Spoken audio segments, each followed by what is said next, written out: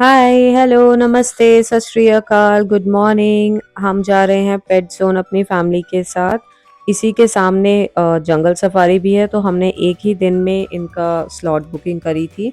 ये बेस्ट रहता है कि आप एक ही दिन में इन दोनों को कवर कर लें, क्योंकि आमने सामने है तो ज़्यादा ट्रैवल का और किसी जगह पे आपको अलग से जाने की ज़रूरत नहीं रहेगी।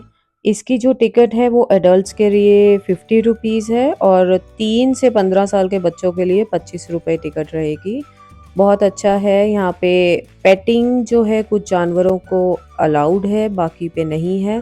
आप इस तरह से दूर से देख सकते हैं इनको और इन्जॉय कर सकते हैं। बच्चों को बहुत मज़ा आने वाला है यहाँ पे।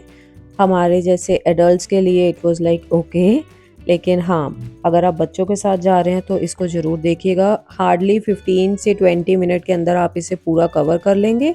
और इसके एकदम ही ऑपोजिट जंगल सफारी है, तो आप अपना स्लॉट की बुकिंग उस तरह से रखिएगा कि आप यहाँ से फिनिश करके अपना जंगल सफारी पे आप जा सकें। चलिए आप इस वीडियो को एंजॉय करिए। बाय।